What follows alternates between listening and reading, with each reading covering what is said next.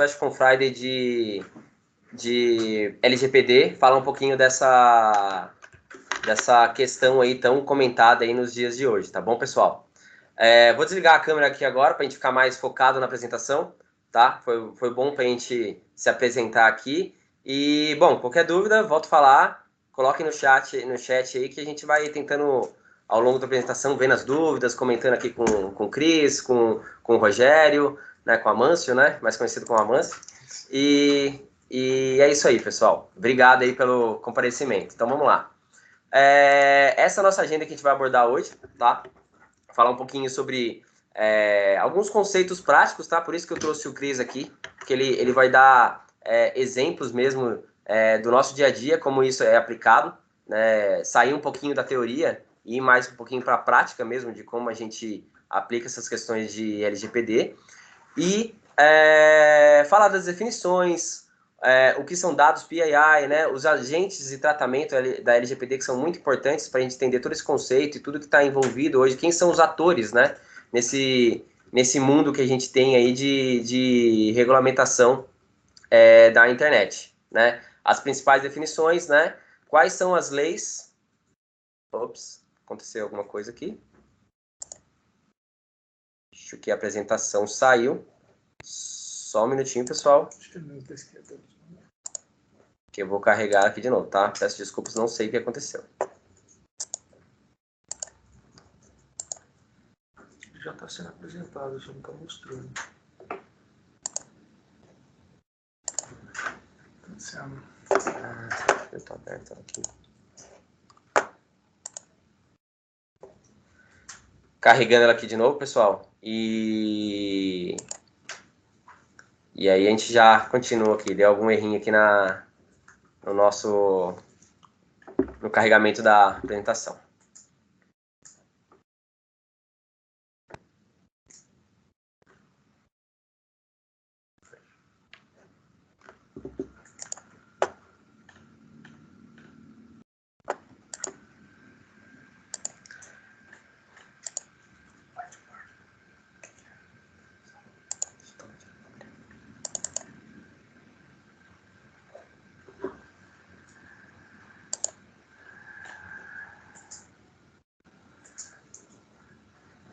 Carregou aqui? Vamos lá. Acontece na prática, né? A gente estava com o PPT aqui aberto já há algum tempo e não tinha dado problema. Pronto. Mas agora foi. Falar das leis, né? Quais são as leis relacionadas à segurança da informação, entre alguns cenários e como a Westcom vai poder ajudar vocês, tá? Então, esse vai ser o nosso intuito hoje. E Cris, Amâncio, fiquem à vontade aí para me ajudar no conteúdo, tá? Então, vamos lá. Vocês querem começar? Quer que eu falo? Como vocês acham melhor? Então, beleza. A LGPD ela foi sancionada, né, no dia 14 de agosto de 2018. O que isso quer dizer? A lei foi aprovada, porém, isso não quer dizer que ela está em vigor ainda. Então, vai demorar em torno aí de 18 meses, né? 18 meses, em 2020, final de 2020, a gente vai ter ela funcionando de fato, né? Então, o que a gente recomenda, né? Qual que é a nossa função aqui hoje? É passar para vocês um cenário a fim de prepará-los para esse novo movimento, né? Então, temos aí um tempo hábil de 2 anos aí, quase praticamente, para se preparar para essa lei, porque realmente, quando ela vir, não vai ter muita brincadeira por parte do órgão que vai regulamentar isso, que eu vou falar também. Mas é importante entender que sancionada não quer dizer que ela já está em vigor. Mas só se fala isso hoje em dia, né, Cris? E a gente tem que botar isso em prática o quanto antes para ficar compliance. Compliance com o que a gente tem que pensar é o seguinte: 2 anos parece muito tempo, mas quando a gente olha o nosso portfólio, nossa carteira de clientes, adequar toda a infraestrutura de cada um desses clientes para que no dia D isso realmente esteja funcionando em prática não é tanto tempo assim, né? Então a gente tem muito trabalho a fazer, muito a se estudar e principalmente como entender cada situação para que seja adequada sem parar a operação que existe hoje. Tá? A gente vai dar alguns exemplos aqui, vocês vão ver que tudo está ao nosso alcance, mas precisa ser começado, não dá para ir deixando. E vale lembrar, né, que essa é a lei brasileira, mas a gente já tem a GDPR Perfeito. e o GDPR que já está vigente e as empresas brasileiras podem ser processadas na Europa se violar algum princípio. Se violar um dado de um cidadão europeu no Brasil também. Então, assim, é uma situação que não é brincadeira. É uma coisa interessante porque a maioria das empresas não tem controle sobre quantos cidadãos, por exemplo, têm dupla cidadania. Perfeito, é verdade. É um risco muito grande e a gente precisa estar atento a isso. E ela, como a Mâncio e o Cris dizem, ela foi inspirada, né, na lei europeia, conhecida como GDPR, né, que foi promulgada aí, eu acho que foi em 2012, né, e foi aprovada em 2016, tá, pessoal? Então, basicamente, pegamos essa lei, adaptamos ela para o modelo brasileiro e aplicamos ela no que hoje diz respeito à proteção de dados dentro de informações coletadas de empresas residentes no território brasileiro, tá? Isso não quer dizer também, né, que a empresa de fora, que tem uma filial fora, mas que opera aqui dentro e coleta dados de usuários nossos, ela não vai ser não vai sofrer as penas de leis e tudo mais referente à LGPD, ela também vai sofrer. Tá bom? O vazamento de dados, por exemplo, que hoje é uma fatalidade, a partir de agora pode ser crime, se você não tiver realmente criptografado e protegido esses dados. Exato. E olhando a lei, pegando lá, né, os termos técnicos da lei, ela diz o seguinte, que o tratamento de dados pessoais, inclusive nos meios digitais por pessoas natural, né, pessoa física ou pessoa jurídica, de direito público ou privado, com o objetivo de proteger os direitos fundamentais da liberdade, privacidade e o livre desenvolvimento de personalidade e de pessoa natural. O que isso quer dizer, né? De modo geral, né?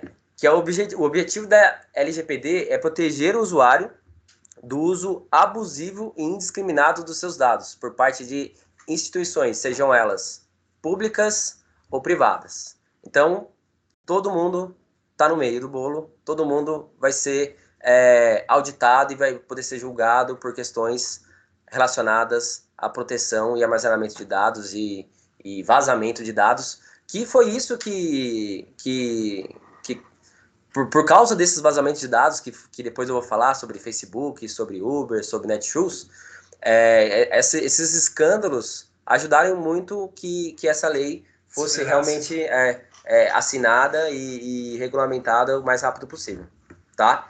E para resumir essa parte do que é LGPD, ela deixa a gente num patamar de nível internacional, né? Tirando a Europa, poucos países possuem esse tipo de lei, né? Poucos países aderiram ainda e têm isso regulamentado e tão definido como o Brasil e a Europa têm.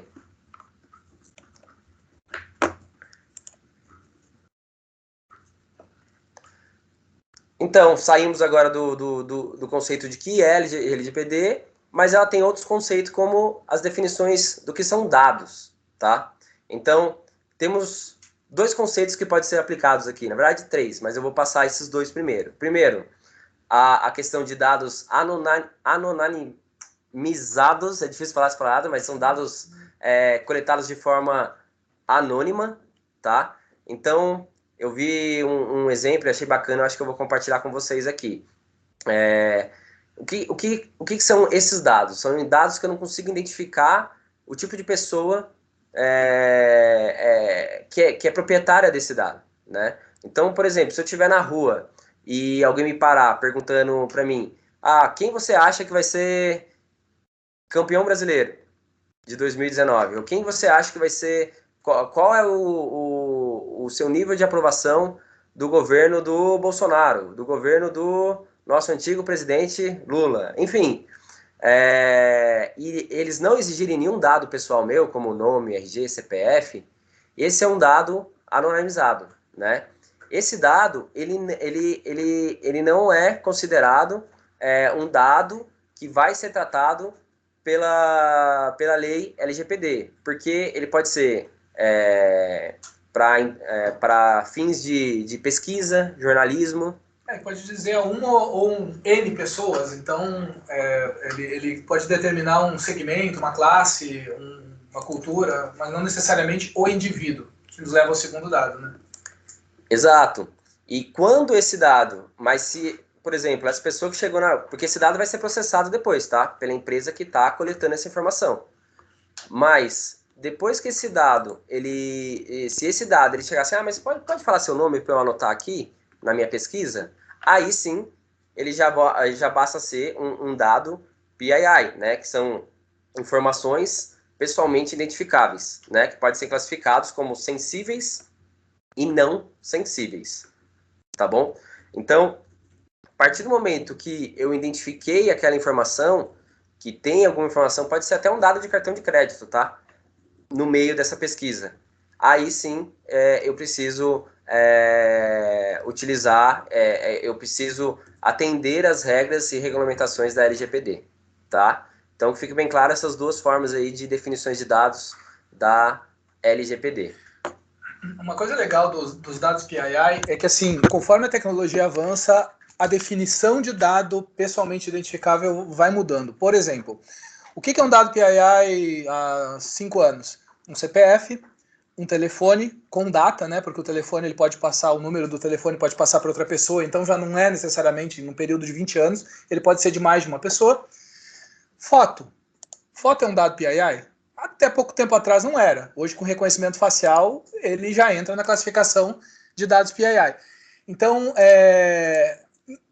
a lei, ela existe, ela define alguns critérios, mas conforme for o avanço tecnológico na identificação de indivíduo, que é o que o serviço cognitivo se propõe, para facilitar, melhorar a economia, melhorar resultados e assim por diante, ela também influencia na revisão dessa classificação.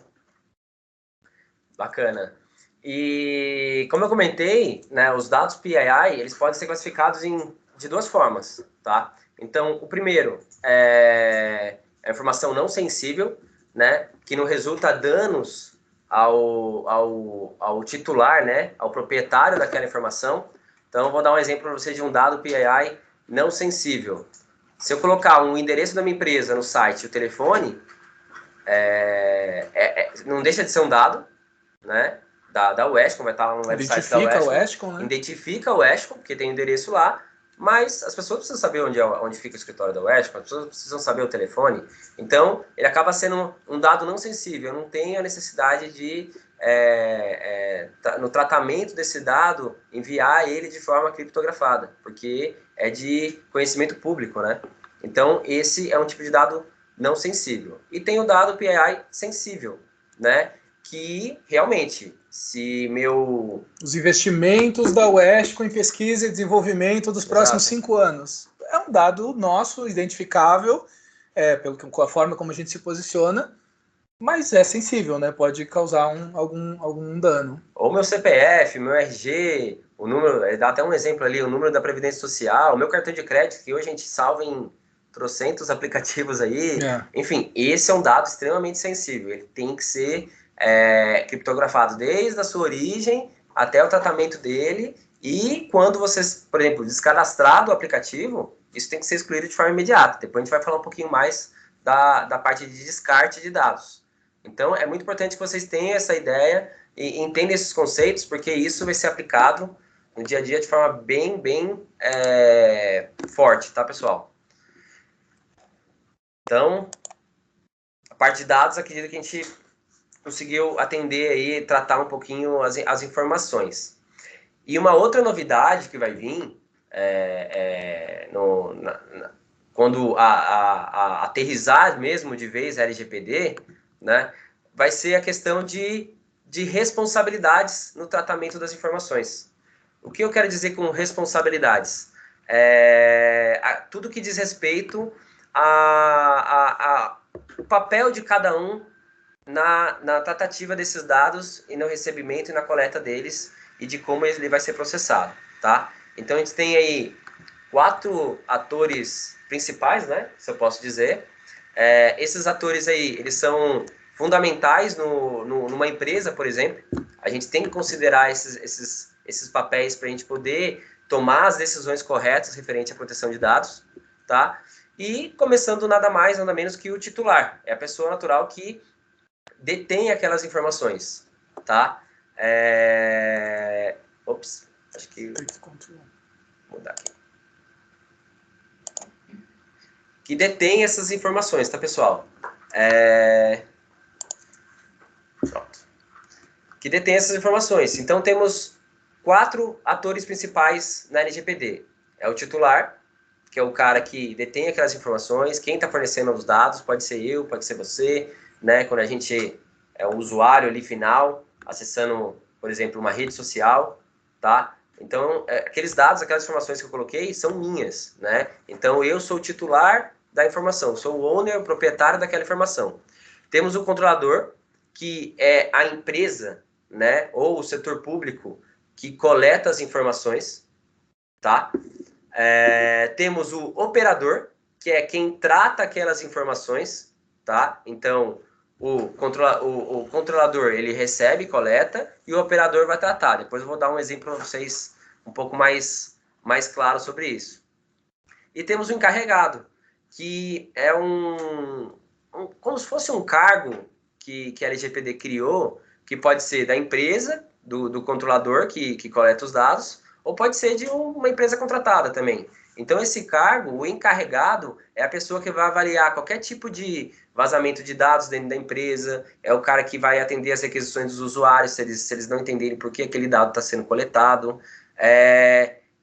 Quase que na GDPR eles tratam como DPO, né? Que é o Data Protection Officer, né? Eles inventaram esse nome justamente para ser o ponto focal para tratar qualquer questão de proteção de dados e vazamento de dados, tá? Então temos esses 4, títulos aí que vão ser utilizados, papéis vão ser utilizados dentro da LGPD. E eu vou dar um exemplo, tá? Então vamos dar um exemplo um pouco mais prático para a gente usar esses 4 caras aí. Então eu sou um usuário do Facebook, tô lá com a minha conta, faço login todo dia, vejo os posts lá da minha família, vejo foto ali dos primos, das namoradas antigas, enfim, tô lá fuçando no Facebook, tô vendo um monte de propaganda e o Facebook, e eu sou o titular, nesse cenário que eu tô passando para vocês, eu me considero como titular. O controlador, ele vai ser o cara, vai ser o Facebook, né? Que ele pode também ter 2 papéis. Ele pode ser o cara que coleta as informações, né, dos usuários e também coleta informações de empresas para utilizar isso como ações de marketing, por exemplo. Ou ele pode ser também, ele pode também ter o papel de operador, porque ele trata essas informações. Mas o Facebook, nesse caso, ele pode delegar o papel de operador para outras empresas. Como, por exemplo... Cambridge. Esse exemplo é muito bom. A Cambridge Analytica, né? Cambridge era, né? Agora não é mais nada. Agora não é mais nada. Mas, deixa eu, pessoal, voltar um pouco.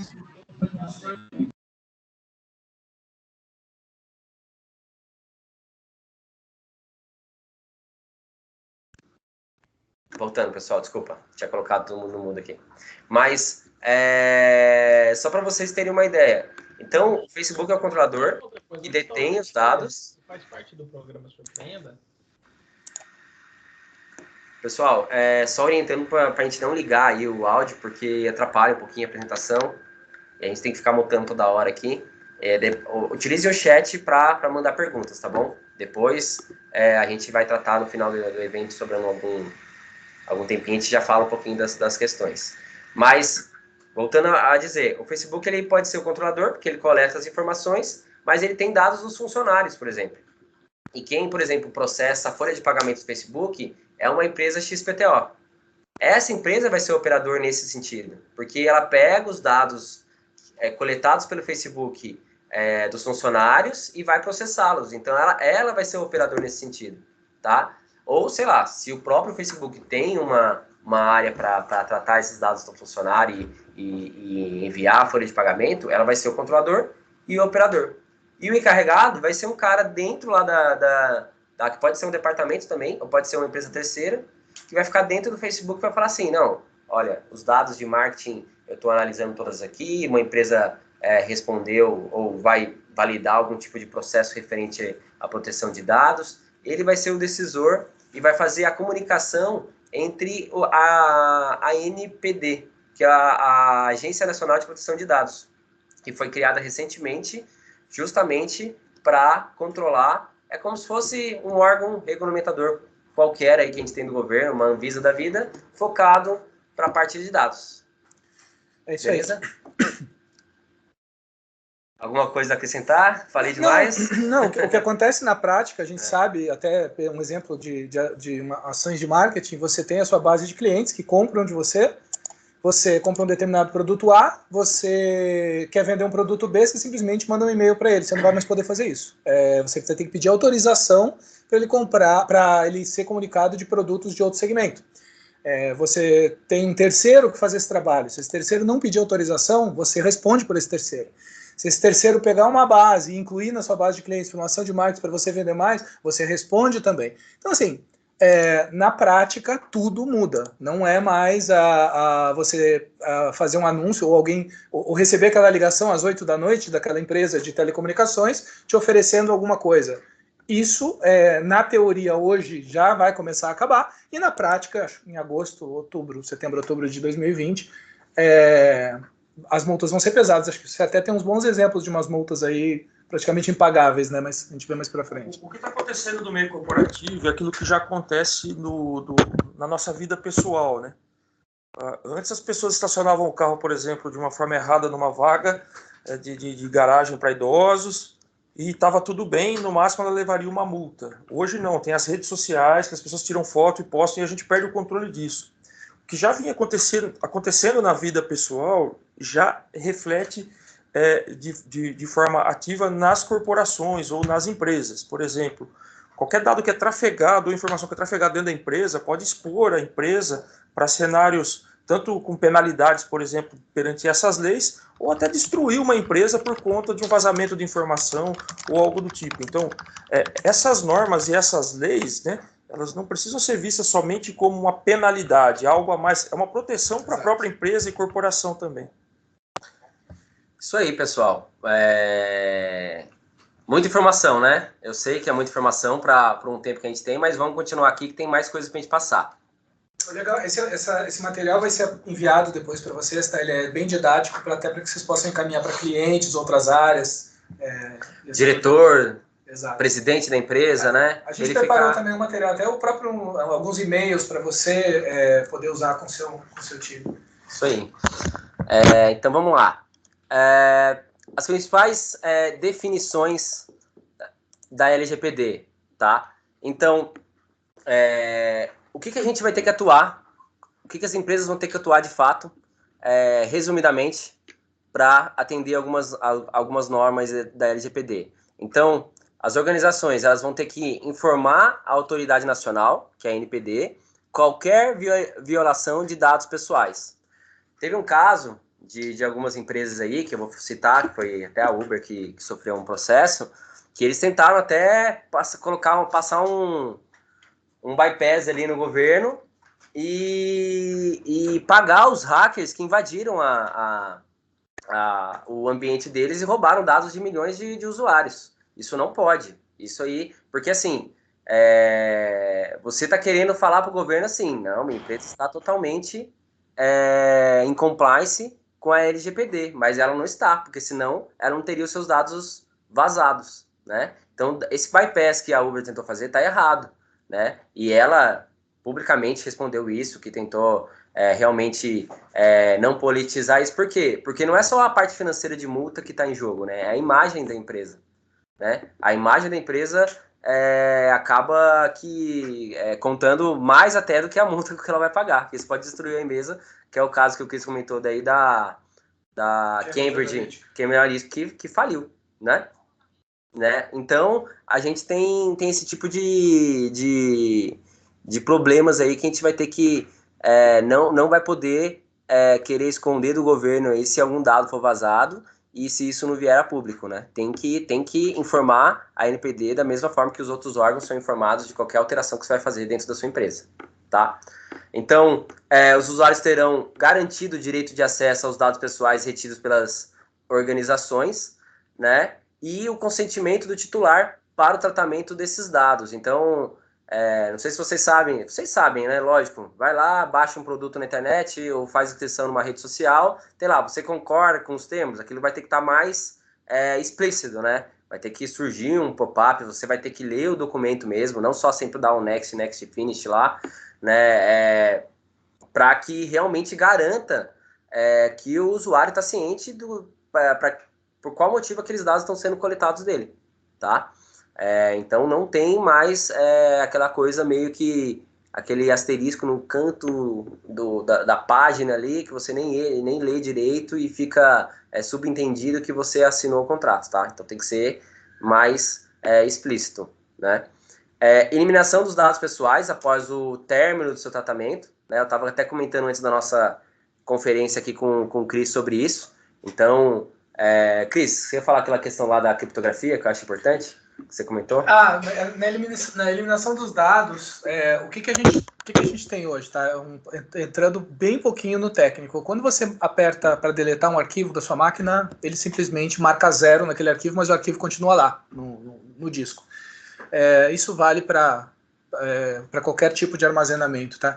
Então, o que você roda depois? Você roda uma ferramenta que ela varre todo o disco, ou storage, ou banco, e elimina definitivamente esses dados. Bom, se você criptografar os dados em disco, em banco, acabou o problema.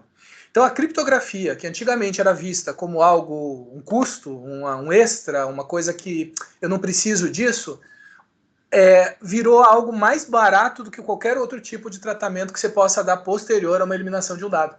Então, se você já iniciar um projeto, uma estrutura, uma infraestrutura criptografada, você nem precisa se preocupar com esse assunto. Inclusive, qualquer oferta sua, saber criptografar, saber proteger esses dados é um diferencial da sua empresa com seus clientes. Você oferecer a própria consultoria e a execução desse processo de criptografia e proteção desses dados dentro da infraestrutura dos seus clientes, não só é receita, claro, né, mas também é um diferencial, uma proteção de outros concorrentes no seu cliente, e também um diferencial que vai chegar mais cedo ou mais tarde na mesa dele para ter que aprovar esses dinheiros que antes eram um custo opcional, hoje é o mínimo para ele continuar funcionando e operando e gerando receita, porque senão ele não vai mais trabalhar com dados de clientes. Isso aí.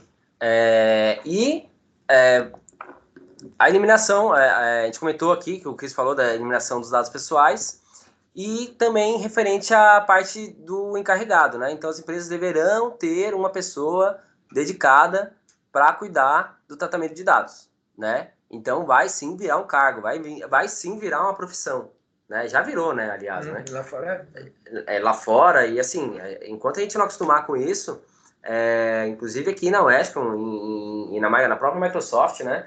A gente tem visto aí um movimento enorme para se adequar a isso. E assim, 2 anos, tenho tempo, isso não vai pegar.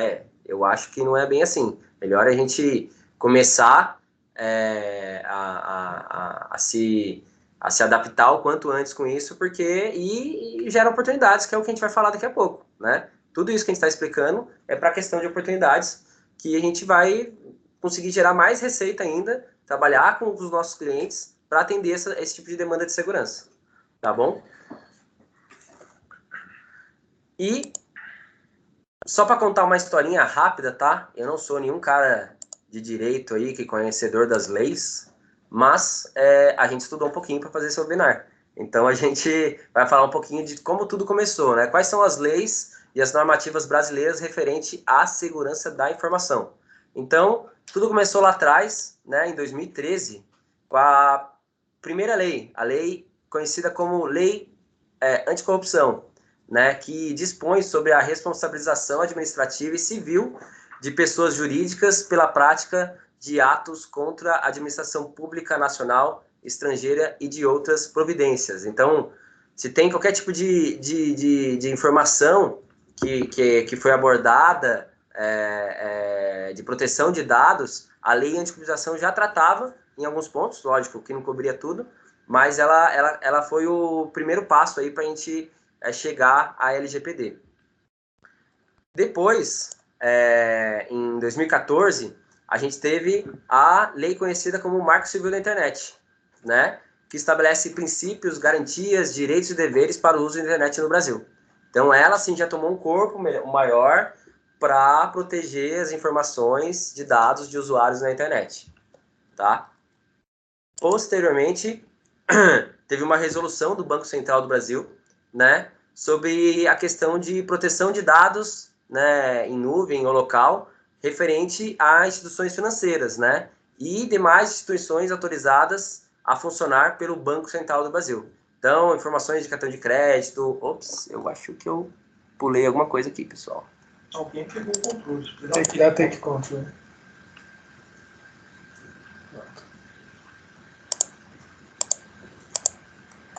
Então, pessoal, depois veio a lei e a resolução do Bacen, referente à parte financeira, né, de instituições financeiras, proteção de dados referentes a instituições financeiras e dados de usuários referente a questões que envolvem financeiramente aí qualquer tipo de transação, tá? E ela foi criada em 2018 já. Só que, no final de 2018, a gente teve uma outra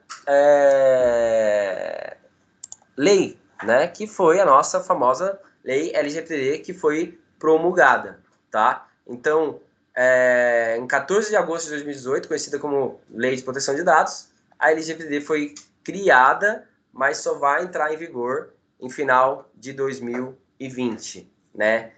Antes eles tinham falado dia 15 de agosto, mas eu li que foi adiado para dezembro de 2020. Então a gente tem esse prazo aí que eu comentei com vocês para se adaptar. E ainda em dezembro de 2018, né, alguns meses atrás aí, foi a criação da NPD, que é esse órgão que vai regulamentar todas as questões relacionadas à proteção de dados. Então, ele que vai fiscalizar as empresas e vai multar as empresas caso ela não esteja de acordo. Tá bom?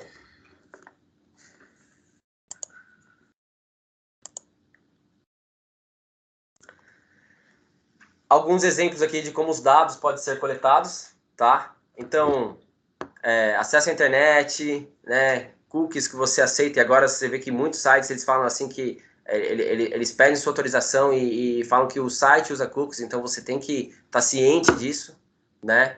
Qualquer tipo de aplicação, preenchimento de formulários, rede social, compras pela internet com cartão de crédito, internet banking, enfim, tudo hoje coleta informação, mesmo sem a gente querer.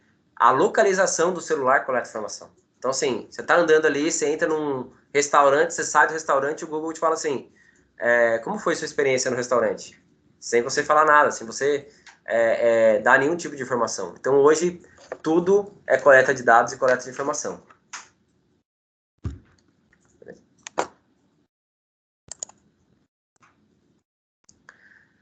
Implicações em caso de não conformidade. Então, nesse ponto, agora que vem a dor, né?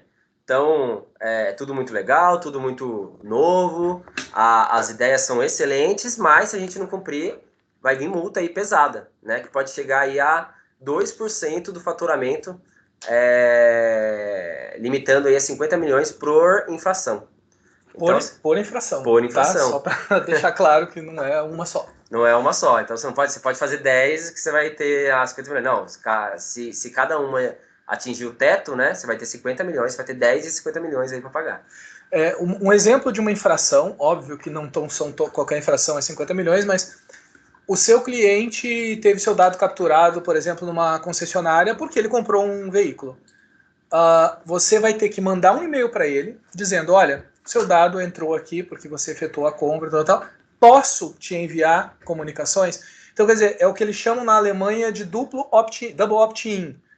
Você recebe o dado, você confirma se você pode usar aquele dado. Se ele confirmar, você vai perguntar se pode falar sobre produtos e ofertas daquele segmento que ele comprou. No caso, um veículo, SUV, alguma coisa do tipo. Você não vai mandar moto, você não vai mandar revisão, você não vai mandar mais nada. Você vai falar sobre isso. Claro que lá tem acesso às suas outras ofertas. Se ele quiser, ele clica ali. Mas se for identificado que você está abordando ele para oferecer algo que ele não pediu, não comprou, ou não deu uma autorização explícita, tem aí uma multa de até 50 milhões. Não é o caso, mas tem uma multa para cada uma dessas infrações. E aproveitando que o Cris comentou dessas questões aí de multas, né? Vamos pegar alguns exemplos aqui, né? Então, ele comentou, né, da Cambridge Analytica, né? Que foi o pivô do escândalo do Facebook. Não sei se vocês lembram aí, na eleição aí presidencial americana, que estavam utilizando... tudo começou, né, com uma reportagem do jornal americano New York Times, que expôs o compartilhamento indevido aí de dados de usuários em um quiz. Aquele quiz lá que você fala assim, ó... Qual personagem do Game of Thrones eu sou? Sabe, uma coisa tão boba quanto essa? Exatamente. Qual personagem dos Vingadores, né? Qualquer coisa assim. Exatamente. Então, é muito engraçado, porque muitas pessoas não dão a mínima. Ah, não, sim em tudo, né? Tudo que vem de app ali vão dando em sim, porque, sei lá, elas querem descobrir qual é o meu humor hoje, né? Se eu nascesse em Marte, qual seria o meu nome? Enfim, tem umas coisas muito engraçadas, né? Mas é coleta de dados, coleta de informações. E depois ele faz em perguntinhas de caráter que fica ali camuflado, né? Mas querem saber sua opinião sobre política, querem saber sua opinião sobre diversas coisas. Então, depois desse escândalo, a lei começou a ser aplicada com mais vigor, né? E você vê, teve uma multa bem deixa eu ver, eu tenho o valor da multa aqui, foi referente... Não tenho o valor da multa, perdão, mas eu tenho dados de quantidade de usuários. Foram 87 milhões de informações pessoais que foram parar na mão da empresa, né, da Cambridge Analytica. Então é muita coisa, influenciou direto, a gente sabe, as eleições americanas, tá? Mas você tem a da Google, né? O Google foi 50 milhões de euros. Então acho que também é relevante. 50 milhões de euros. Euros, né? Euros. Não foram reais. Então é bem complicado, tá? Essa questão de manipulação de dados sem permissão dos usuários, tá? Eu mudei, Cris, um pouquinho os slides, eu acabei tirando da Google, mas eu coloquei do Uber. Boa! Tá? Que são 57 milhões de usuários do Uber foram acessados por hackers, que é aquele exemplo que eu dei no começo. Então ela tentou ainda cobrir, né? Cobrir aí, dar um bypass no governo aí, não falar assim, não, tá tudo certo aqui, tá tudo funcionando, mas não, caiu na mídia.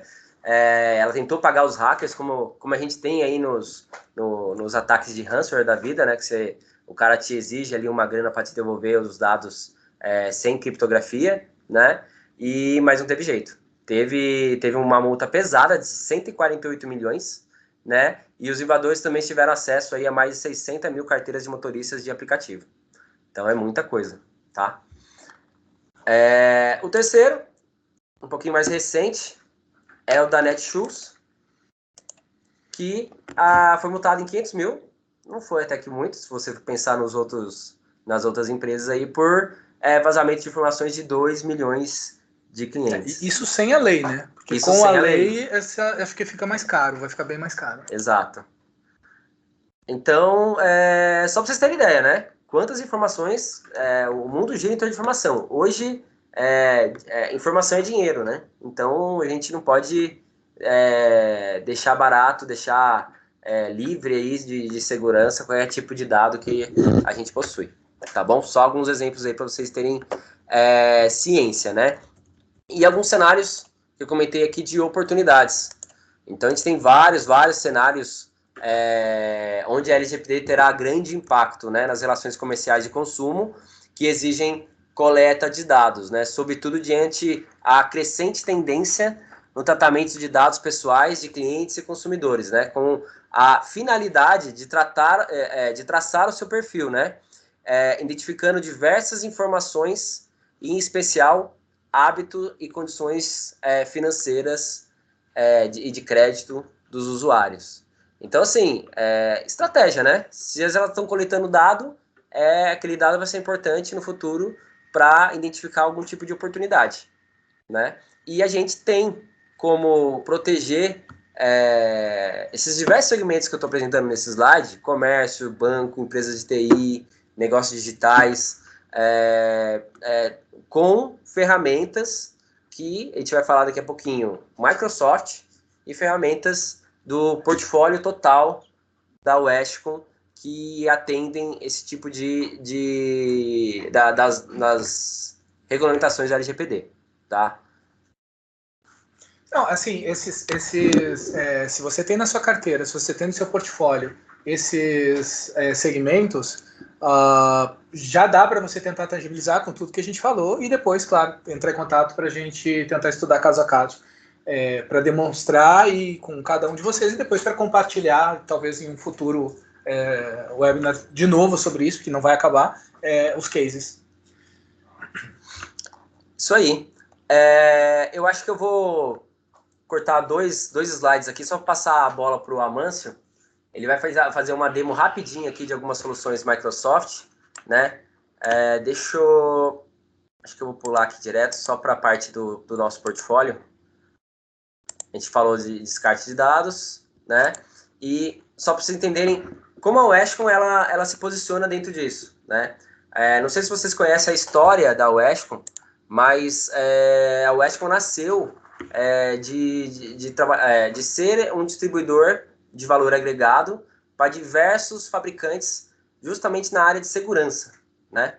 Então, aí você tem uma gama aí de vendors, né, na área de segurança que a gente atende muito bem, né, inclusive com vários prêmios aí, desde Checkpoint, Fortinet, Microsoft, entre outros, que estão focados e que têm soluções que vão atender a questão da LGPD. Então, a gente vai abordar aqui hoje a parte de Microsoft, né, porque o Westcom Friday nasceu de apresentar soluções Microsoft, mas isso não impede também que depois a gente faça um outro webinar ou faça uma conferência com vocês, com cada parceiro, independente da solução. A gente envolve as áreas aqui internas da Westcom e apresenta para vocês as soluções de cada um desses fabricantes a fim de atender a necessidade do cliente final. Beleza? Amâncio, posso colocar Vamos lá. sua tela aqui para a gente poder trabalhar rapidinho?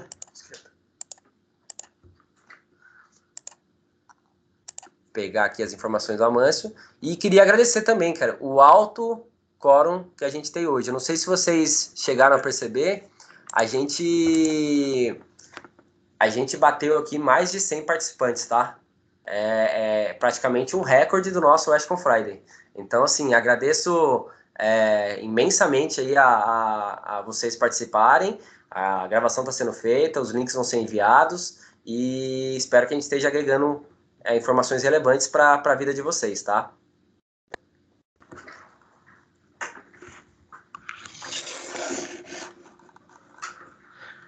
Estou carregando a informação aqui. Se vocês tiverem alguma dúvida, vocês podem falar aqui no chat que a gente vai atendendo e tentando responder, tá bom? É com você, Amâncio, toca aí. Valeu, Gustavo. Vamos lá, pessoal.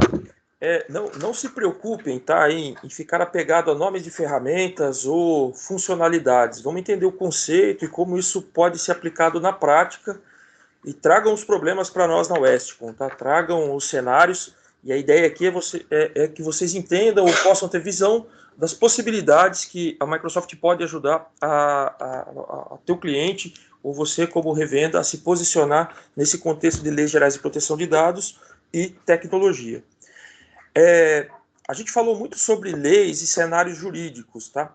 Mas para atender tudo isso, a gente precisa com que o parque de tecnologia, que o cenário de TI da organização, da empresa, seja um órgão de governo, seja uma universidade, uma ONG, seja o que for, precisa atender para estar dentro desse cenário.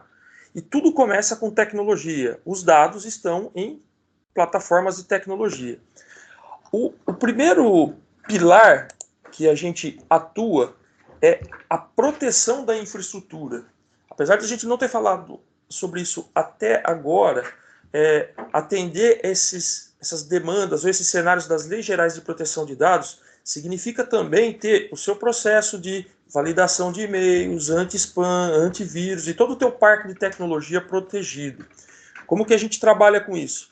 A primeira ferramenta é o ATP, tá? Que já está disponível e funciona em todo o ambiente Office 365, todo o ambiente de e-mail Microsoft. Direto para a demo prática aqui, olha, vamos fazer uma analogia, né? As ferramentas de antivírus e as ferramentas de anti-spam padrão. O que acontece com essas ferramentas? Elas trabalham em cima de ameaças conhecidas ou oferecem vacinas para ameaças ou pragas digitais conhecidas. Então, quando você vê aqui, olha, Exchange Online Protection, o que acontece? Você está trabalhando com cenários de ameaças conhecidas. Porém, todos nós sabemos, tá? A gente não vai entrar no detalhe disso agora, mas a maioria das invasões, ou a maioria das pragas digitais, ou aquilo que realmente prejudica as empresas no dia a dia, são ataques construídos e direcionados para uma única empresa, ou o que chamam de engenharia social. Um usuário desavisado leva uma praga digital orientada e ali se roubam os dados da empresa. E aqui a gente chama isso de sandbox ou câmara de detonação. O que acontece quando a gente leva isso? A gente trabalha com inteligência artificial aplicada, tudo que chega por e-mail, Skype, OneDrive, ou que o usuário leva com um pendrive para dentro da organização, por exemplo, é como se fosse experimentado por um ambiente virtual Microsoft e a partir dali a gente consiga identificar uma ameaça nesse sentido. Tá, o pessoal mandou no chat aqui que a apresentação sumiu. Eu vou carregar ela de novo, tá, pessoal? Para mim tá ok também, mas vai ser em cima. Pessoal, alguém estão vendo a apresentação? Tá tudo certo? Ok. Tá ok. Então, foi É que o Carlos aqui do Microero não tá vendo, mas se você... Acho que pausa Ok. e começa de novo no seu... eu acho que assim, quem não tiver, eu sugiro sai e entra de novo rapidinho da apresentação, eu aprovo vocês aqui e a gente continua, porque a maioria tá reportando que tá ok. Vamos lá, na prática, como funciona essa proteção? Aqui, olha, a gente vê um cenário que é a conhecida prática de phishing, né? Você está lá no teu computador, você é um usuário não expert em segurança ou tecnologia, recebeu um e-mail de um contato conhecido falando sobre um assunto que é interessante a vocês dois e parece, né, à vista do usuário, uma planilha em Excel. Quando ele recebe, ele clica nesse documento, na verdade está levando ele para um JavaScript. É o que eu chamei de engenharia social. As pessoas conhecem os funcionários da empresa, conhecem as tratativas ou os termos usados na organização, mas mandam um script ou uma falha. Quando o usuário desavisado, que não é um expert em tecnologia, ou ele está desatento e clica nesse arquivo, o que a ferramenta faz? Ela aplica todos os conceitos de segurança e experimento para identificar as ameaças, mesmo não sendo uma ameaça conhecida mundialmente, algo que o antivírus consiga identificar facilmente, ela experimenta e diz, olha, usuário, isso aqui apresenta risco, você não vai abrir. A partir daí, a empresa define, a área de TI ou de segurança define quais ações podem ser tomadas ou não perante esse cenário. Uma outra prática muito comum é você mandar uma URL para um site externo ou uma URL que leve a uma pasta de arquivos dentro da empresa, por exemplo. De novo, né? A gente está cansado de saber, né? A gente vê isso na família, vê na empresa, as pessoas recebem um e-mail e falam, puxa, sua conta no banco X. Acesse esse site e ganha alguma coisa. A pessoa vai lá e clica nessa URL. O que essa proteção faz? Ela filtra e tudo aquilo que você recebe no Office 365, qualquer URL que você recebe num documento em PDF, seja lá o que for, que venha pelo Skype, pelo Teams, pelo OneDrive, pelo Dropbox, o Office 365 aplicado no teu computador, ele leva você para um filtro Microsoft. Então, uma URL que não apresenta risco hoje, o seu DNS, por exemplo, pode ser invadido e apresentar um risco amanhã. Não tem problema, o Office 365 sempre vai filtrar os acessos que o usuário está fazendo na sua plataforma de arquivos. Para o cenário de phishing, essa é a melhor solução do mercado. Uma outra dificuldade que as empresas têm, e é um pré-requisito para você começar a atender tecnicamente as normas e leis sobre proteção de dados, é conseguir rastrear conteúdos dentro da organização. Mas não é simplesmente você ter acesso a todos os conteúdos e arquivos. Você precisa, para atender essas determinações de normas e leis, ter um processo técnico, tecnológico para você poder atender essas demandas. E não é só você dizer que identificou um usuário que mandou uma informação indevida ou que ele recebeu uma informação indevida. Você tem que ter um processo e dizer como e por que você fez isso e isolar essa informação. Como que a gente resolve isso com o Office 365? Tá? Primeiro, vocês estão vendo aqui, olha, que eu estou logado como System Administrator. Está aqui lá em cima, no canto superior da tela, no canto superior direito. O que isso significa? Significa que, mesmo eu sendo o responsável pela IT da empresa, pela área de TI da empresa, eu não tenho permissões ou não deveria ter acessos a essas ferramentas para fazer pesquisa sobre conteúdos de informação. Quem pode fazer isso? Você já percebe que mudou o usuário lá em cima. Olha, tem uma usuária que chama Megan, que está ali com um sorriso bonito no canto superior da tela. O que a Megan é? A Megan, vamos pensar nela como uma pessoa responsável por auditoria de conteúdo em TI. Tá? Uma pessoa da área de segurança. Ela não é uma pessoa da área técnica. Ela só faz investigação e ela tem um time dedicado a isso. E não é só porque ela tem essas permissões ou ela pode fazer investigações de conteúdo, é que ela pode fazer pesquisas aleatoriamente. Cada pesquisa ou cada tipo de investigação que ela vai fazer, ela precisa criar um caso ou um inquérito para que cada busca seja registrada na plataforma e isso possa ser utilizado juridicamente depois. Então a Megan, olha, ela tem que criar um caso de investigação e ela define, inclusive, quem são as pessoas que vão trabalhar nesse caso e quem são as pessoas que serão investigadas. Então, ela já colocou um usuário ali que chama Irving, e ela vai ali dizer que essa pessoa pode fazer pesquisas agora. E agora ela começa a fazer pesquisa, e não é simplesmente porque ela pode investigar que ela sai investigando aleatoriamente. No Brasil, né, todo mundo ficou expert em pesquisas depois da Lava Jato, né, investigação. Por exemplo, numa investigação da Lava Jato, a gente ouviu dizer que algumas pessoas têm imunidade parlamentar, né, são os políticos, eles não podem ser investigados diretamente. O presidente, por exemplo, ele não pode ser investigado diretamente por qualquer policial. Mas a gente entendeu que ao longo das investigações, investigavam-se pessoas em torno dessas pessoas ou desses atores que têm imunidade parlamentar e chegou-se a essas pessoas. Dentro dessa plataforma, funciona da mesma forma. Isso é um padrão para pesquisas e investigações. O que a Megan está fazendo aqui? Ela está criando um perímetro ou uma área de busca.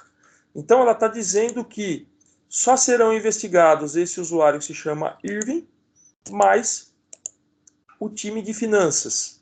Seria, por exemplo, olha, vamos investigar, não vou falar o nome de empresas, né, mas vocês ouviram várias empresas que foram investigadas e pessoas que foram presas durante a Lava Jato. Então aqui ela só falou, olha, eu não posso pesquisar o presidente da corporação, mas eu vou investigar o time de finanças mais esse usuário. E aí, ela define qual o escopo dessa pesquisa, ou o que pode ser investigado em que período de tempo. Então eu tenho aqui algumas regras, por exemplo, eu só vou investigar um deputado, por exemplo, durante o seu mandato, eu só vou investigar um deputado no tempo fora do seu mandato. Aqui é a mesma coisa, dentro da minha organização eu pesquiso quem envia e-mails, quem cria informação, quem só recebe, quem leu, enfim, eu crio essas regras, inclusive por determinação de tempo ou não. Então ela criou e, ok, ela definiu um escopo de investigação. É como se agora ela tivesse um mandato pronto para entrar em uma empresa, um local físico, por exemplo, ou a casa de um funcionário, ou coisa do tipo, para fazer essa investigação. No caso aqui, olha, ela já definiu esse perímetro e ela começa a fazer uma busca. Então ela está buscando por palavras-chave. Ela poderia buscar por arquivos, por códigos, enfim, imagens, o que ela quisesse. Mas ela está procurando aqui, olha, dentro de todos os repositórios possíveis da organização, sejam arquivos ou file servers internos on-premise que não estão na nuvem, ou repositórios de arquivos e comunicações que estão na nuvem, não tenho limitação com isso. E ela está procurando palavras-chave, por exemplo, Califórnia ou lobby. Ela faz a busca, de novo, dentro daquele escopo de pesquisa que ela já delimitou, ela pode escolher alguns detalhes para essa busca específica que ela fez. Ela roda essa pesquisa, passa alguns minutinhos, ela já tem um relatório. Tudo o que esses usuários ou grupos de pessoas se comunicaram ou usaram dentro da plataforma de TI da empresa as palavras lobby ou Califórnia estão relatados dentro dessa visualização. Eu consigo ver esses arquivos, consigo ver o histórico do Teams, o histórico do Skype, ou conteúdos de arquivos, conteúdos de e-mails dentro desse relatório.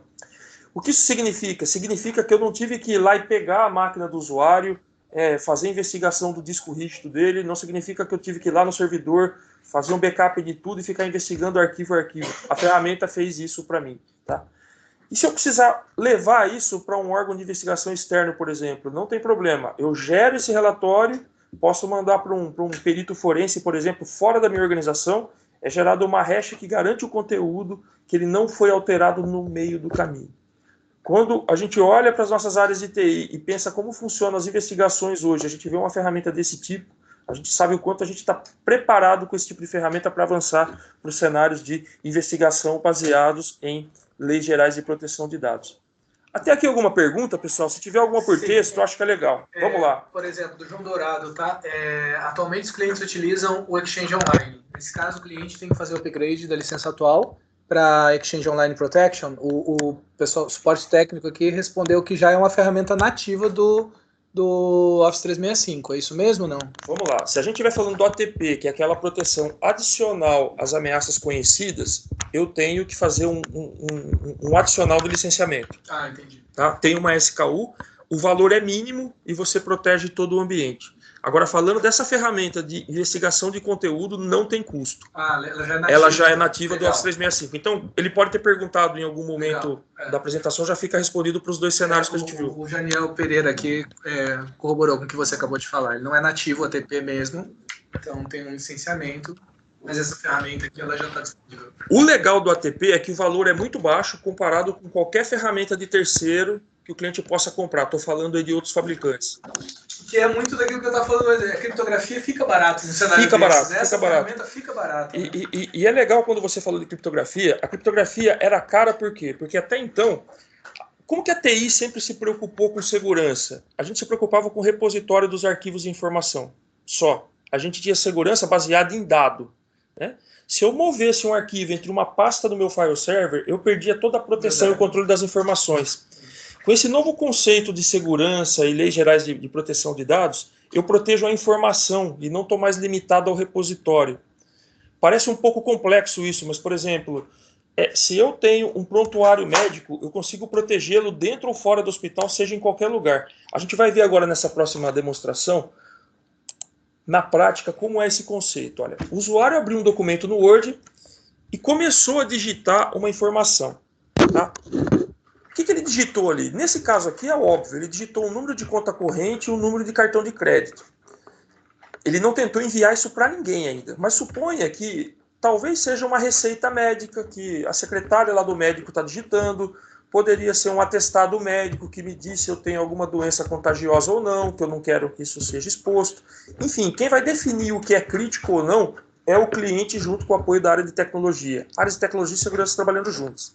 Nesse caso aqui é óbvio que isso aqui é uma informação de risco. A gente prepara o Office 365 a identificar o que são informações de risco. Por exemplo, ele começou a digitar informações que são números de conta corrente ou cartões de crédito, a ferramenta já falou, meu amigo, você só consegue continuar digitando, copiando e colando, fazendo o que for, se você alterar a política de proteção para essa informação. Aqui, olha, a área de TI já criou, junto com a área de segurança, alguns labels ou atalhos para essa proteção. Mas a ferramenta já sugeriu, falou, cara, isso aqui eu já sei, porque a área de segurança definiu que isso é proteção ou informações de crédito. Então, já tem um botão pronto aqui, já está praticamente automático. Mas poderia ser aqui, por exemplo, se eu estivesse falando de saúde, prontuário médico, se eu estivesse falando, por exemplo, de, indústria química, fórmulas de produto. Eu defino isso, tá? E o usuário aqui, ele é obrigado a continuar trabalhando com esse documento desde que ele classifique a informação. A regra que a área de TI criou junto com a área de segurança cara, coloca uma marca d'água no documento dizendo que ele é um documento confidencial. E mais que isso, entra o ponto do CRIS, que é criptografar o documento. Eu aposto que nem o usuário comum e praticamente a metade dos usuários da área de tecnologia não criptografam ou aplicam proteção de criptografia baseado no ponto de vista Microsoft, por exemplo, de forma proativa nos documentos. A gente sempre faz quando é obrigado. Nesse caso aqui, o usuário ele nem sabe o que é um documento criptografado. Simplesmente a automação do processo fez com que esse documento fosse criptografado. Agora o meu documento está pronto. Tá, ok, criptografou o documento, mas o que significa um documento criptografado? Nesse cenário aqui, olha, a gente tem um iPad que não é da empresa, não tem nenhum produto de terceiro, nada instalado nele, nenhum agente de segurança. Mas a UESCOM permite com que os funcionários, por questões de mobilidade e tudo mais, acessem os documentos fora da rede ou fora do computador corporativo.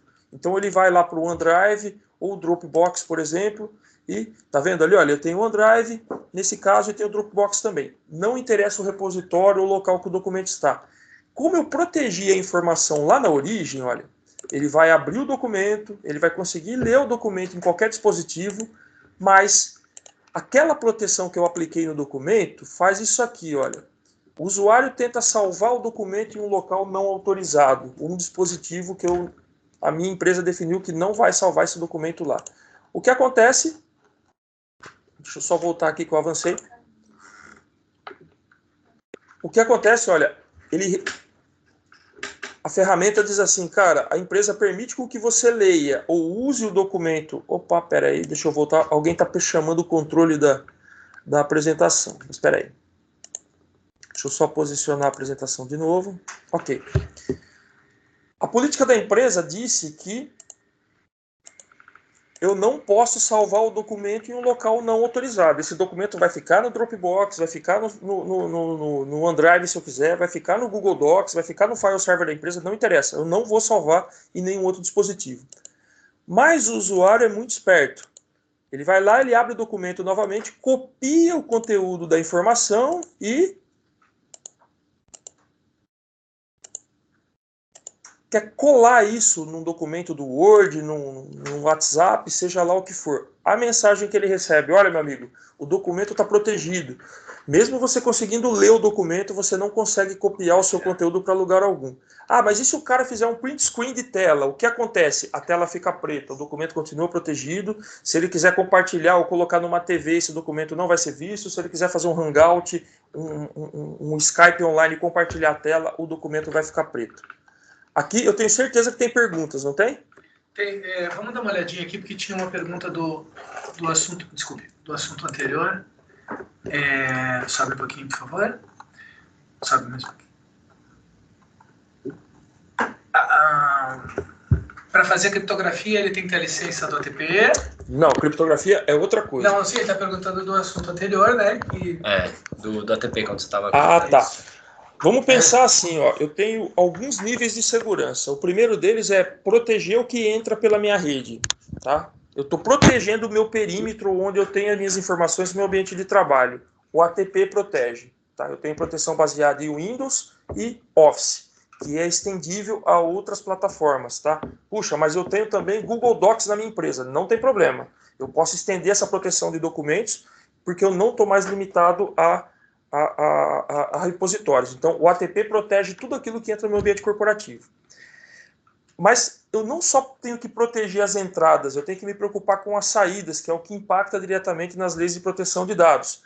Aí eu tenho a ferramenta que eu mostrei, que é a descoberta eletrônica, onde eu faço auditorias e eu consigo também proteger as informações para que ela não saia ou não vaze da empresa, que é o caso do AIP, né, o Azure Information Protection, que é o que eu mostrei agora nesse documento que o usuário abriu no iPad e não conseguiu fazer nada com ele em lugar nenhum. Alguém acho que deve ter mais pergunta aí, não tem não? O Janiel perguntou se você vai demonstrar o Cloud App Security. Ah, hoje não dá. Hoje tem uma limitação. Mas o Cloud App Security ele é uma extensão customizável dessa plataforma. Tá. Quando eu envolvo aplicações de terceiros e tudo mais. E aqui se também está nativa no plano do Office 365 Exchange Online, essa é a última solução. Eu preciso habilitá-la e ter um custo adicional. É baixo, mas... E o custo, vamos lá, essa pergunta é minha, na verdade, porque o custo adicional, ok, ele é um custo mínimo. E o custo de implementação, a curva de aprendizado para o time fazer isso, não é algo, assim, aparentemente, são regras. Exatamente. Então não é uma super certificação nem nada parecido, né? E é isso que para o parceiro é uma grande oportunidade. Por quê? Se eu tiver que comprar uma ferramenta de terceiro da CA, por exemplo, e implementar, todas aquelas plataformas e processos de uma ferramenta de terceiro dentro da minha organização, eu tenho uma curva de aprendizado técnico e tenho todo o investimento e licenciamento. Aqui, o meu cliente já investiu na plataforma Microsoft. Então, qualquer investimento adicional de licenciamento, ele pode fazer de forma gradativa e de baixo custo.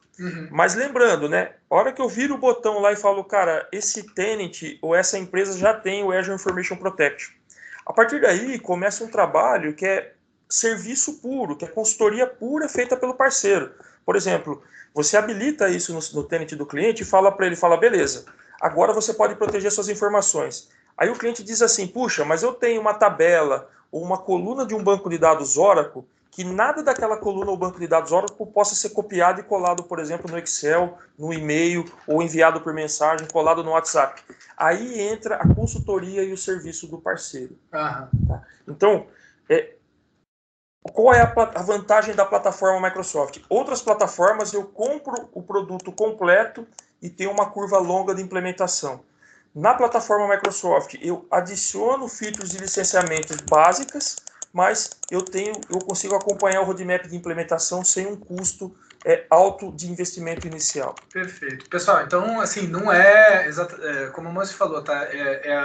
Entender um pouquinho a mais do que o que a gente entende hoje, para lá na ponta, no seu cliente, você fazer uma diferença enorme, não só no resultado para ele, mas também no seu relacionamento com ele, porque você começa a entregar mais do que uma licença de produtividade, você começa a entregar e para um outro nível de algo que cada vez está mais em pauta, que é a segurança e a proteção desses dados aí. E até agora, a gente viu o resultado final de todo esse trabalho, né? Que é tudo muito bonito. Eu estou protegendo as entradas, eu estou conseguindo fazer auditoria de conteúdo e eu estou conseguindo proteger informações que são confidenciais ou são de riscos para a minha empresa.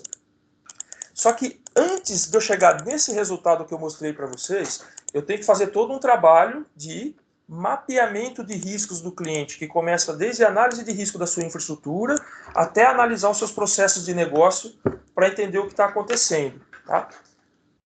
Vamos voltar para a apresentação aqui? Tá, não, a apresentação está caindo. Não, mas pode explicar aí, ela tá aí, ó. Só não tá... Ah, tá. Legal. E agora vem a parte boa, né, que é por onde a gente começa. A gente viu o resultado, agora a gente vê aqui como que começa a jornada do meu cliente, ou a minha jornada como consultoria, ou como consultor para as leis gerais de proteção de dados. Tá, pessoal, só para a gente... teve alguns probleminhas com a apresentação, peço que não cliquem, não movam a apresentação ali, só para a gente poder fluir com ela. E assim, eu sei que a gente tá passando um pouquinho do horário, mas eu acho muito importante a gente concluir todas as informações que o Amâncio tá entregando para vocês, porque agrega muito no nosso dia a dia. Então, sem mais delongas, vou passar para o Amâncio aqui, mas procurem não clicarem na apresentação para a gente poder fluir com ela. Eu já vi uma pergunta ali, olha, estão dizendo ali que é uma evolução do RMS da Microsoft? Sim e não, tá? É a pergunta do Reginaldo, é uma ótima pergunta. O RMS, o Reginaldo, ele continua como ferramenta, ele é algo técnico. O que a gente fez com o Azure Information Protection é automatizar o uso do RMS baseado em processos de negócio. O RMS eu dependi de uma intervenção técnica. O RMS que está dentro do Azure Information Protection, eu não dependo mais de uma intervenção técnica ou de capacitação do usuário. Eu mapeio o risco e faço com que o RMS seja usado da maneira que eu quero ou da maneira que eu preciso na minha organização. Então o RMS é parte da solução. Tá? Então, a evolução está em torno do RMS. Aqui, pessoal, essa ferramenta, se você tem Office 365 na sua consultoria, abram esse site, securiscore.com. Se o seu cliente já tem Office 365, abram esse site com ele e aqui começa a tua pré-venda de segurança ou de mapeamentos de risco do teu cliente. Lembrando que, para atender as leis gerais de proteção de dados, eu tenho duas threads de trabalho, eu tenho duas frentes de trabalho. Uma delas é técnica puramente e infraestrutura, a outra é mapeamento de processo de negócio. Tá? E as áreas de tecnologias têm que atuar nessas duas instâncias. Nessa primeira frente de trabalho é infraestrutura mais segurança técnica aplicada às ferramentas de tecnologia que você tem. Vocês estão vendo ali, olha, eu tenho dois gráficos ali, né? Proteções aplicadas no Office com uma pontuação e proteções aplicadas no sistema operacional ou no desktop do usuário e tem uma pontuação ali também. O que o Security Score faz? A gente fala muito de inteligência artificial de nuvem. A nuvem possibilita que a Microsoft analise o comportamento do seu usuário dentro de todos os contextos de produtividade e diz como que você está usando os recursos de segurança e proteção de dados que você já tem e já paga por eles. Teu cliente provavelmente comprou Office 365 e provavelmente nunca configurou ou fez customizações de segurança no Exchange Online Protection, por exemplo. Por quê? É nativo, está lá gratuito, mas ele nunca se preocupou com segurança. O que essa ferramenta faz? Eu vou navegando aqui pela ferramenta e ela vai me dizendo que, olha, se eu melhorar as configurações do meu Office 365, eu posso me proteger contra algumas brechas de segurança que eu tenho no meu ambiente. Aqui tem um exemplo clássico, olha. Eu vou avançando aqui e vou mexendo nessa pontuação, ele vai dizendo quais ações eu posso tomar para subir essa pontuação que é determinada com a Microsoft, mais alguns órgãos de segurança. Então, olha, ele já está me dizendo aqui que eu quero começar pelo mais fácil e já quero executar a primeira tarefa para melhorar o meu ambiente. Olha o que ele está me falando. Ele falou, cara, olha quantos administradores do Office 365 você tem na sua empresa. Tem certeza que você precisa de tudo isso? Está certo.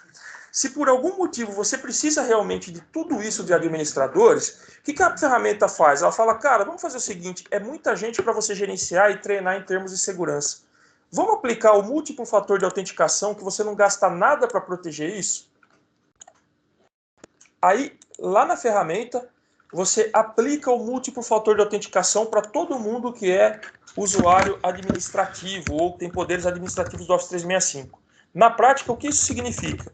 Que toda vez que um administrador se logar no Office 365, seja para criar uma regra de segurança, para dar permissões para o usuário, resetar uma senha ou fazer qualquer coisa do tipo, ele vai ter que receber uma mensagem no seu celular, por exemplo, ou vai ter que sabe quando você está configurando lá o múltiplo fator de autenticação no Facebook, que não é só o usuário e senha que você vai digitar para entrar na plataforma, você tem que também receber uma contrassenha no teu celular, um código de segurança ou coisa do tipo. Alguém está pedindo o link? A gente vai mandar depois. A apresentação fica mais fácil. E depois vocês ficam também com os nossos contatos, pode procurar a gente, que a gente faz apresentações para vocês, se for preciso, de forma mais pontual dentro da necessidade de vocês. Mas o Gustavo já está pegando o link aqui e está passando. Pronto. Tem um outro link da Microsoft também, do TechNet, que tem informações sobre o Security Score, né? Então, precisar dar uma lida, revisar alguns pontos que o Amâncio comentou, vocês conseguem utilizar. É legal dar uma estudadinha nisso aqui, pessoal, porque assim, direto a gente recebe demandas e quanto mais parceiros capacitados nisso, usando no nível mais profundo o que são as ferramentas de produtividade, aparentemente são muito mais do que isso, né? Porque, pelo que a gente está vendo, melhor, né? Porque a gente tem como direcionar as oportunidades para todos que já estiverem capacitados no assunto. Isso aí. E assim, eu protegi o meu ambiente com múltiplo fator de autenticação. Pronto. Nenhum administrador vai se logar na ferramenta, vai emprestar a senha de e-mail dele para alguém e alguém vê que ele tem, sei lá, enfim, ele pode ter perdido a agendinha com a senha, ele vai ter uma contrassenha aqui, ele vai ter, sei lá, ele vai receber um SMS por celular, ele vai ter que entrar com uma senha adicional. Eu, TI, defino essas regras de segurança. Mas aí, talvez você se pergunta, você fala, cara, mas eu vendi um token da Cisco para esse meu cliente, como é que eu vou falar para ele que ele já tinha isso no Office 365? Ou o meu cliente quis comprar um token Cisco, CA, seja lá o que for, para múltiplo fator de autenticação, porque ele tem uma outra demanda, ele tem, sei lá, sócios, ele tem empresas parceiras que exigem isso dele. Não tem problema. Não é porque você optou pela plataforma Microsoft que você está amarrado à plataforma Microsoft. Tá vendo aqui, olha? Eu posso dizer para essa ferramenta que eu tenho um produto de terceiro, que eu já cuido disso e não é Microsoft. Eu anexo a documentação de segurança dessa ferramenta e a minha pontuação sobe atendendo essa plataforma normalmente. Ah, mas por que eu estou tão preocupado com pontuação? Primeiro, que suponha que eu tenho um contrato de serviço gerenciado ou que eu tenho compromisso com a minha organização de mostrar a evolução, ou eu contratei empresas que eu quero subir meu nível de segurança. Eu vou definindo, olha, vocês vão vendo que eu tenho uma linha de tempo onde eu vou definindo onde eu quero chegar em termos de pontuação e atendimento de normas ao longo do tempo. e chego num cenário onde eu consigo mapear o que eu estou fazendo em termos de segurança. Vale lembrar que as ameaças são vivas, em tempo real, todo dia eu tenho novas ameaças e todo dia eu recebo novas normas de segurança e novas demandas de legislação. Tá vendo? Olha, se eu bobear com o cuidado que eu tenho com a minha organização, meu gráfico vai lá para baixo. Então, todo dia eu tenho que justificar o meu trabalho feito em cuidar do meu ambiente. Mais que cuidar do ambiente, é a Microsoft garantir para você que você pode exportar esse relatório no formato que for preciso e enviar para qualquer órgão de auditoria ou um processo de fusão ou coisa do tipo. Mas você fala, puxa vida, eu já tenho Nagios e eu não quero sair do Nagios para fazer o meu mapeamento de segurança. Está vendo que você consegue exportar para um CSV e levar para outra plataforma? Puxa, mas eu comprei uma plataforma da CA e todo o meu relatório é emitido por lá. Não tem problema, você pega esse CSV exportado com essa pontuação, a tua evolução e carrega nessas plataformas. Tudo isso é padrão aberto e todos os fabricantes têm que intercambiar essas informações dentro de um protocolo padrão. Então não é porque você optou por Microsoft que você está amarrado com Microsoft e não é porque você tem produtos de terceiros que você pode não utilizar essas mesmas informações ou propriedade de trabalho dentro desse cenário. Aqui, pessoal, a gente fechou aquela primeira frente de trabalho, que é cuidar da infraestrutura. A segunda frente de trabalho, que é aquela mais complexa, que a gente falou por quase 1 hora sobre leis, proteções, e você não sabe o que fazer dentro da empresa, é trabalhar com Compliance Manager, que é uma ferramenta Microsoft que já está disponível para cliente Microsoft Azure, Office 365 ou M365. O que ela faz? Ela abre esse dashboard que já tem as leis, no caso aqui da GDPR, logo mais teremos a Lei Brasileira de Proteção de Dados, e ela diz exatamente o que você tem que fazer em termos de processo de negócio, mapeamento de processos para atender as demandas legislativas.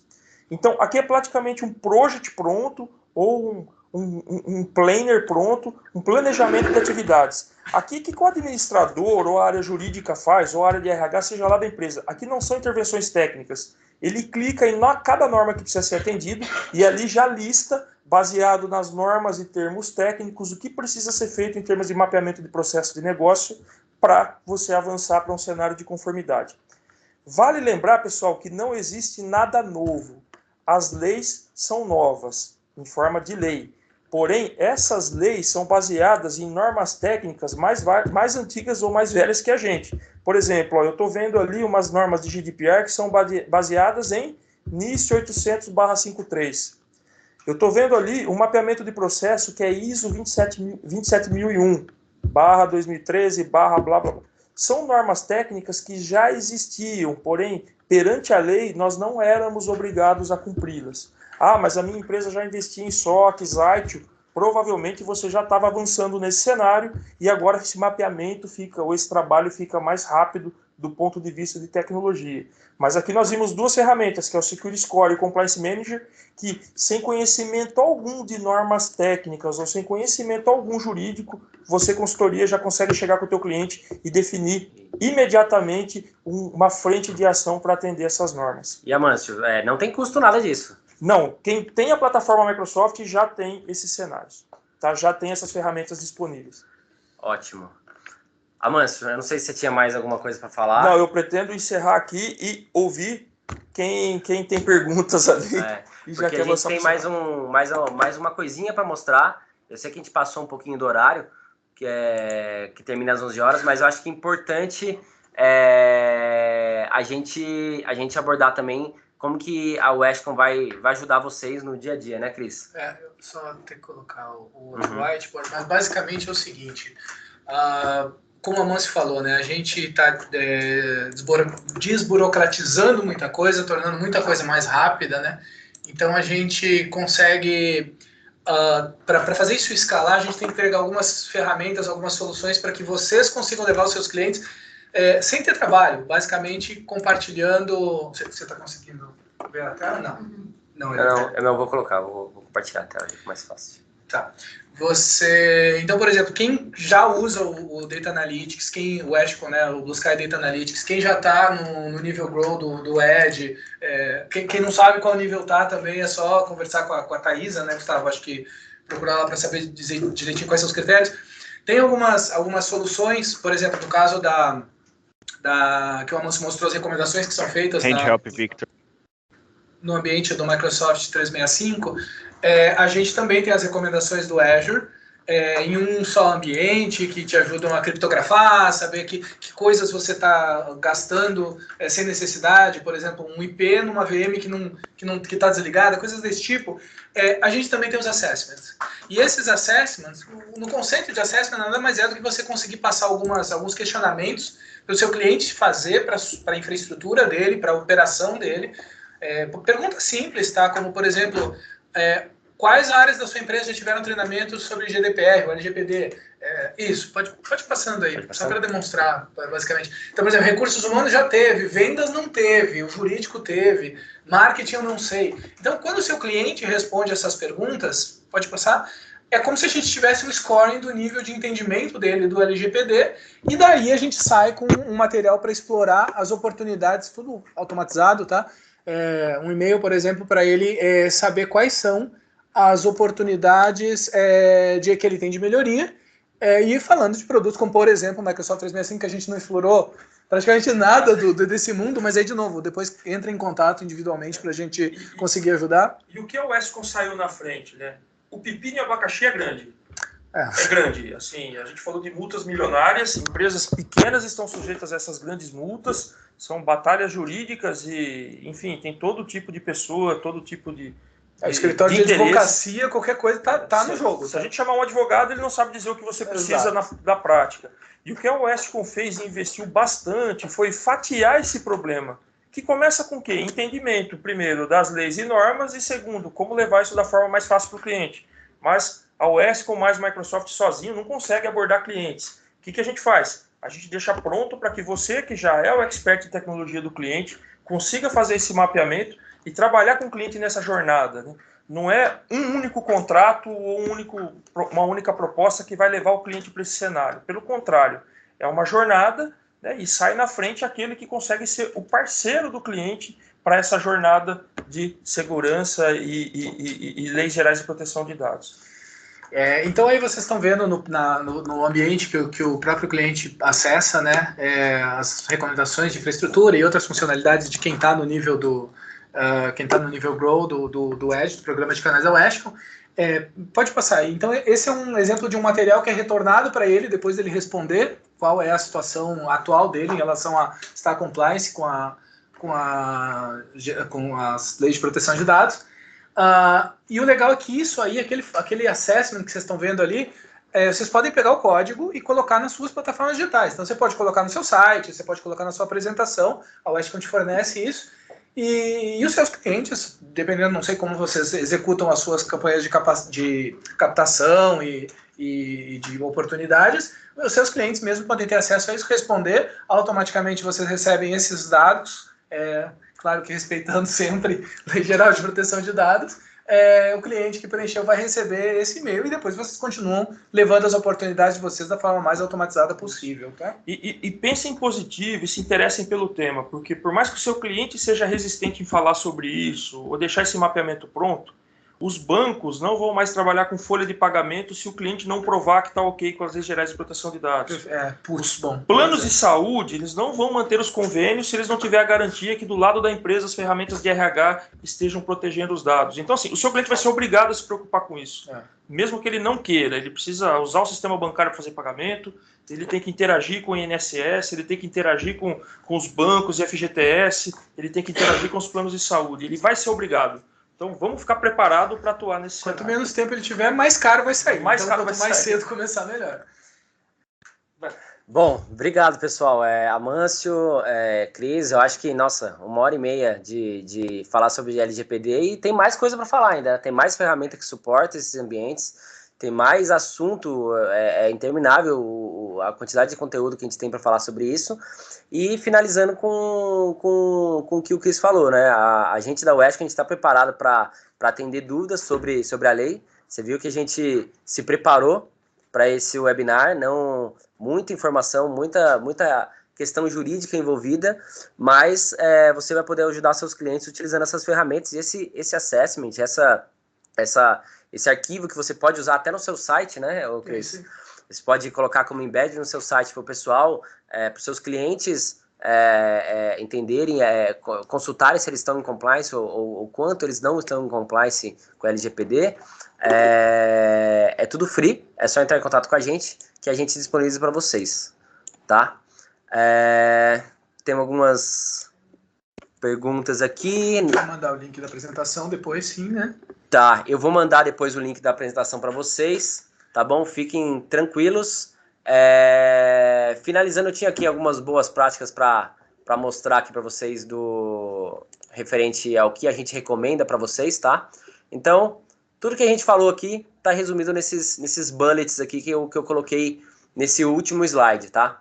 Então, ter alguém responsável, o encarregado ali pela comunicação ali com a ANPD, identificar sua organização na coleta de dados, verificar contrato com fornecedores também é muito importante, você validar esses contratos para ver se eles atendem às regulamentações hoje que serão trabalhadas, enfim. Envolve o time de vendas, por favor, toda a equipe, tá? Porque isso é oportunidade, isso aí não é só uma necessidade, sim, mas nesse é uma oportunidade. momento é uma oportunidade monstruosa que há tempos não se via uma movimentação desse tamanho, porque é global, né? Então, tem muito dinheiro na mesa.